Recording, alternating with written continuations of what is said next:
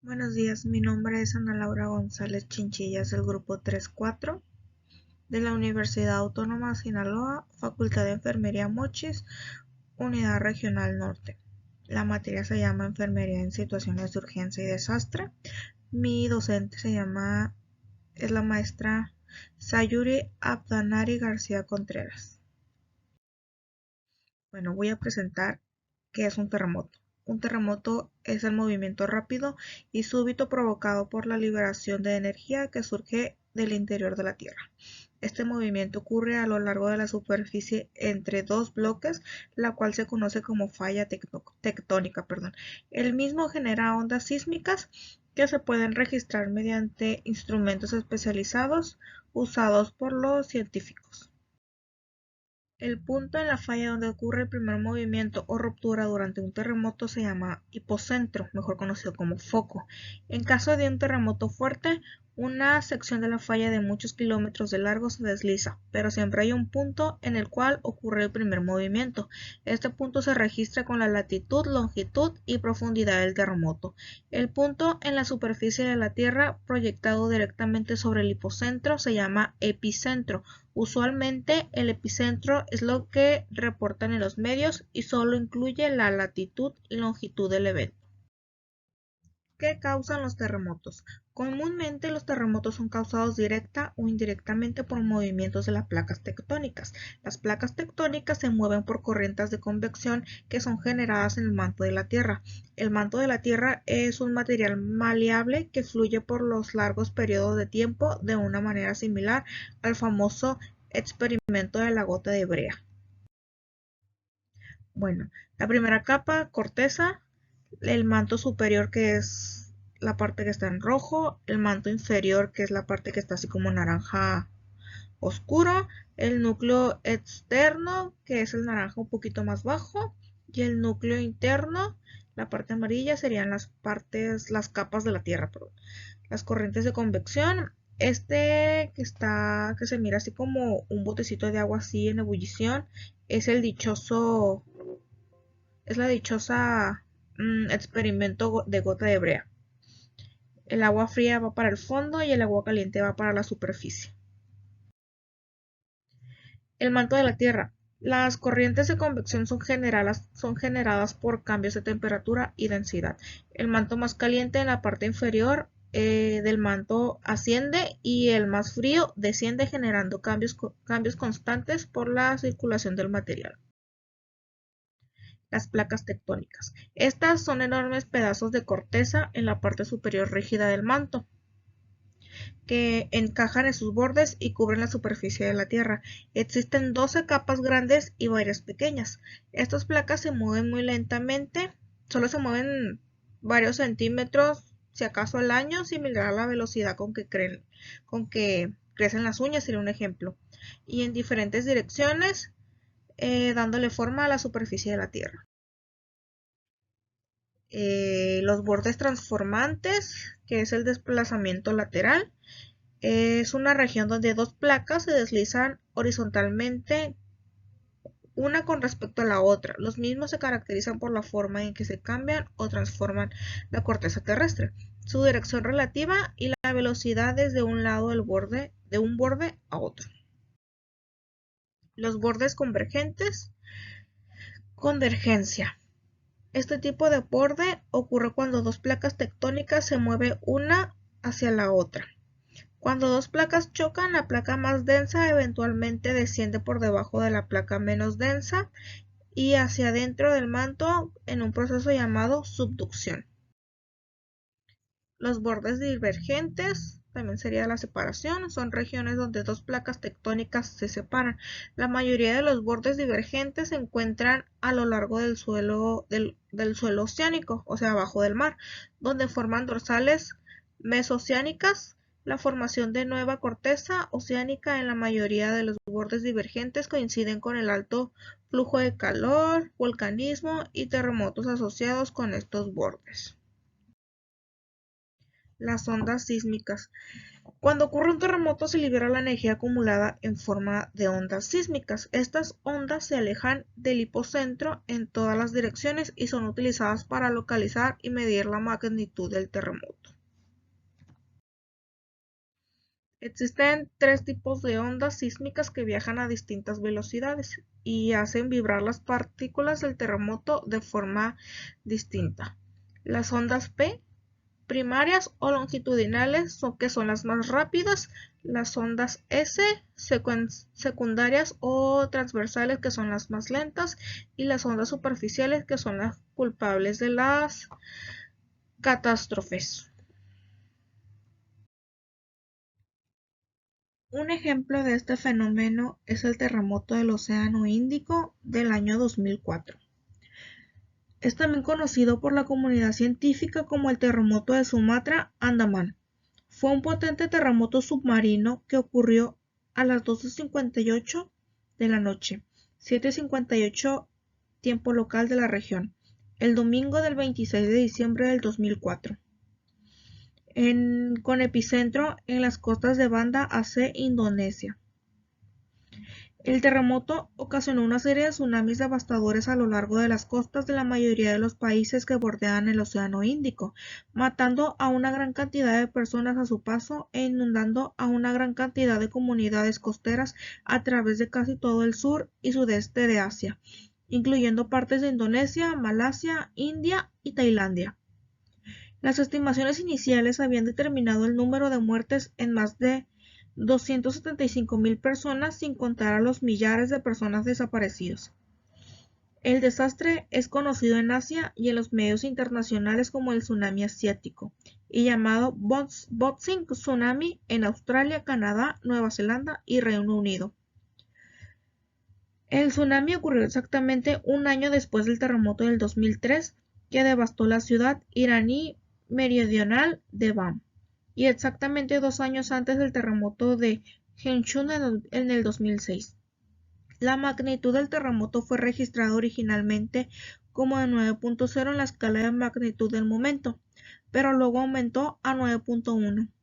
Con esa magnitud es el segundo terremoto más grande registrado desde la existencia del sismógrafo en el año 1875, después del terremoto de 1960 en Valdivia, Chile. También fue reportado por tener la segunda duración más larga observada en lo que a fallas geológicas se refiere, durando entre 8.3 y 10 minutos, y fue lo suficientemente grande como para hacer que el planeta vibrara 1 centímetro aproximadamente. Además, también dio lugar a terremotos en lugares tan alejados como Alaska, al igual que sentirse mínimas vibraciones en varias partes del mundo. El terremoto se originó en el Océano Índico al norte de las islas Simeulue, en la costa occidental de Sumatra del Norte. El tsunami resultante del terremoto devastó las costas de Indonesia, India, Tailandia y de otros países con olas que llegaron a los 30 metros. Causó muertes y daños serios hasta la costa del este de África, y la muerte registrada más lejana debido al tsunami ocurrió en Sudáfrica, a 8,000 kilómetros del epicentro. En total, 8 personas murieron en Sudáfrica debido a los altos niveles de las olas del mar.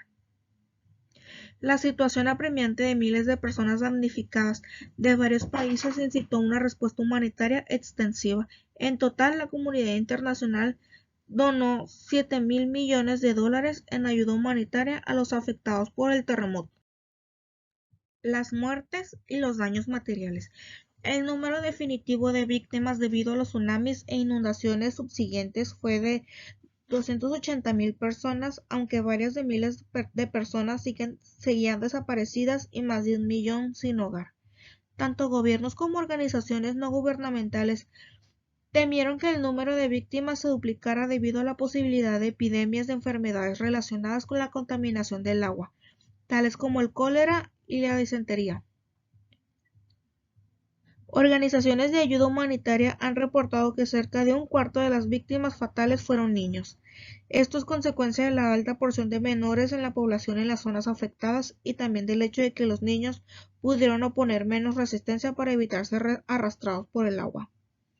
La cifra de muertes es particularmente alta para ser la primera vez en más de 100 años que un tsunami en el Océano Índico afectó las costas, con lo cual los países afectados estaban poco preparados para ello e incluso sus pobladores no supieron reconocer las señales de advenimiento del maremoto.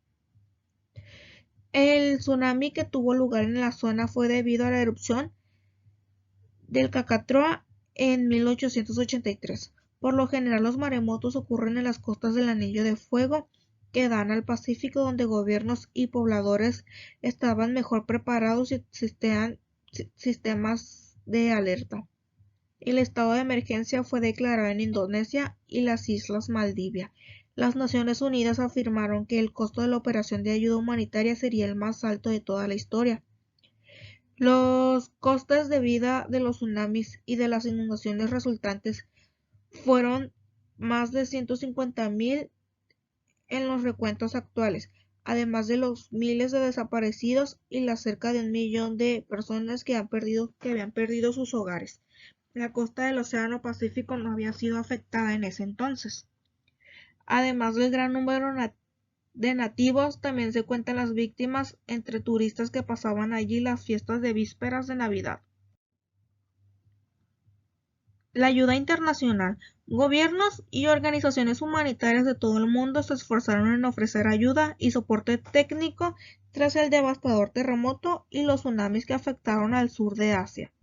Fueron 14.000 millones de dólares. En Ginebra, la Federación Internacional de Sociedades de la Cruz Roja y de la Media Luna Roja reunió cerca de 6.5 millones para ayuda inmediata para los 500.000 supervivientes. El gobierno australiano realizó una donación inicial de cerca de 7.7 millones para ayudar en el esfuerzo que se distribuiría entre las organizaciones de ayuda internacional. El gobierno alemán dio 660 millones. La Comisión Europea dijo que realizaba una donación de 4 millones de dólares para ayudar a las víctimas en sus necesidades vitales iniciales. El mayor donante había sido Japón con 600 millones. Por su parte, el gobierno canadiense había reunido 1 millón de dólares como contribución inmediata a la ayuda, mientras que el gobierno de Suecia reunió recursos a través de las Naciones Unidas y la Cruz Roja. España aprobó con fecha de 30 de diciembre ayuda a la zona por el valor de 50 millones de euros.